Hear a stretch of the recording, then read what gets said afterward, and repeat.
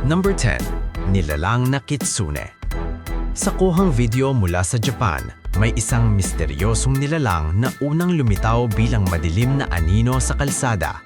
Parang tao ang tindig at galaw, pero may kakaibang biglang pag-alon ng katawan na hindi normal sa tao. Habang umuusad ito, may sandaling tila nag-glitch ang itsura nito. Isang mabilis na pagtalon o pag-atras na parang naglaho sa frame bago muling lumitaw na mas hayop na ang galaw at porma. Mas lalong nakakakilabot dahil ayon sa mga nakapanood, hindi lang basta hayop ang nakita nila, kundi isang nilalang na kayang magpalit ng anyo, isang kitsune na sa alamak ay tusong espiritu ng Zoro.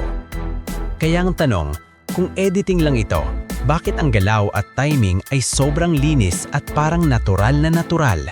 At kung totoo man, anong hinahanap nito sa mismong daan? At bakit parang sinadya nitong ipakita ang sarili sa kamera? Number 9. Aninong nilalang sa Luzon, Pilipinas. Sa isang home security camera sa Luzon, Pilipinas, may eksenang simple lang sana. Isang gabi, tahimik ang kalsada at may babaeng nagmamadaling pumasok sa bahay na parang may nararamdamang sumusunod. Pero ilang segundo lang ang lumipas, may dumaan sa kabilang side ng daan, isang maitim na figura na hindi malinaw kung tao ba o iba. Mabilis itong tumawid pero ang presensya niya sa footage ay mabigat, parang may lamig kahit video lang.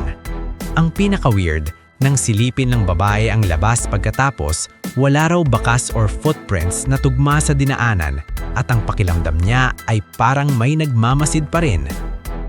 Maraming naniniwala na baka isa itong multo o paranormal na nilalang, habang ang iba naman sinasabing pwedeng anino lang, distortion ng ilaw o taong nakadamit itim.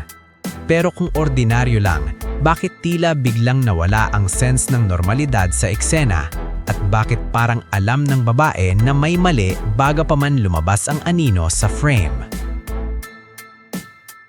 Number 8. Misteryosong orb. Sa isang CCTV footage mula sa isang workshop sa Bologna, Italy, may nakitang kakaibang liwanag na parang maliit na orb na lumulutang sa hangin. Hindi siya tulad ng karaniwang refleksyon ng ilaw o alikabok na tinatamaan ng kamera. Ang mas nakakagulat, sa mismong gitna ng frame, tila nagbago ang orb at naging hugis tao sa loob ng ilang segundo. Parang may nabubuo na katawan mula sa liwanag. Pero ang pinakakakaiba, bigla rin itong nawala na parang wala lang. Walang tunog, walang yapak, walang bakas. May mga nakapansin pa raw na naiwan ng anino o shadow movement kahit hindi na makita ang mismong katawan.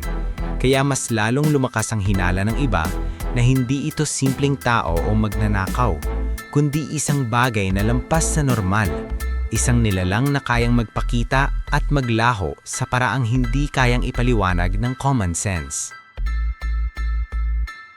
Number 7. Pagbabagong anyo ng taong lobo. Sa isang CCTV footage mula sa Michigan, USA, makikita ang isang lalaking naglalakad sa kalsada sa isang maulan na gabi. Nakasuot ng itim, kalmado ang lakad, parang normal lang ang lahat. Pero sa isang iglap, matapos ang malakas na kulog at kidlat, may eksenang parang hindi dapat posible. Tila tinamaan siya ng kidlat at sa harap mismo ng kamera, nagbaluktot ang katawan niya at unti-unting nag-iba ang anyo. Sa sumunod na sandali, ang lalaking iyon ay naging malaking itim na lobo at mabilis na tumakbo palayo. Iniwan ng mga manonood na hindi makapaniwala sa nakita nila. May mga nagsasabing totoong ebidensya ito ng werewolf transformation, habang ang iba ay kumbinsidong epekto lang ito ng editing o AI. Pero kahit ano pa man ang paliwanag, isang tanong ang nananatili. Kung peke ito, bakit sobrang sakto ang timing at galaw? At bakit ang pakiramdam mo habang pinapanood ay parang may nakita kang bagay na hindi mo na dapat nakita? Number 6. Taong kabayo, centaur, sa kagubatan ng Canada. Sa isang video na sinasabing kuha ng isang lumberjack sa boreal forest ng Canada, may eksenang tahimik lang sa umpisa. mga puno, hamog at tunog ng trabaho sa kagubatan. Pero biglang may lumitaw sa pagitan ng mga puno. Isang nilalang na mula baywang pababa ay katawan ng kabayo, habang ang itaas naman ay mukhang tao na may mahabang itim na buhok. Sa unang tingin, pwede mong isipin na baka ilusyon lang. Parang may kabayong kasabay ng isang tao at nagkataon lang na nag-overlap sa anggulo ng kamera. Pero habang tumatagal, mas nagiging malinaw na iisa lang talaga ang katawan nito. At sa isang iglap, bigla itong bumilis. Hindi normal na takbo, kundi parang nag-bolt na halos hindi mo mahabol ang mata. Tapos nawala na lang sa direksyon ng mas malalim na bahagi ng gubat. Maraming netizens ang nagsabing centaur ito, isang nilalang mula sa sinaunang alamat. Ang mas nakakakilabot? Kung editing lang, bakit ang kilos at timing ay parang hindi sinadyang cinematic, kundi parang aksidenteng nahuli sa kamera? Number 5. Payat na nilalang. Sa isang insidente sa Los Angeles, California, nagsimula ang lahat sa pagkawala ng mga alagang manok. Wala raw natira kundi mga balahibo na nagkalat sa paligid, na parang may dumagit na hindi karaniwan. Dahil doon, sinuri ng may-ari ang CCTV footage at doon niya nakita ang isang nilalang na gumagala malapit sa bahay. Ang anyo nito ay nakakakilabot, parang halo ng tao at hayop, nakadapa o tumatakbo sa 4 na paa. May buhok at hulma ng ulo na hindi mo madaling maipaliwanag kung tao ba o ibang bagay. Mas lalong lumala ang takot nang i-report niya ito sa pulis at ipakita ang video. Pero wala ring malinaw na sagot. Parang walang mahanap na ebidensya sa paligid. May mga nagsasabing ito raw ay Slender Man o isang urban legend na nagkataong na-capture. Habang ang iba ay kumbinsidong prank, costume o maling interpretasyon ng footage. Pero kahit anong site ka pa, hindi mo maikakaila.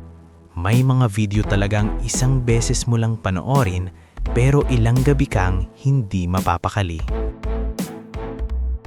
Number 4. Kakaibang Santa Claus.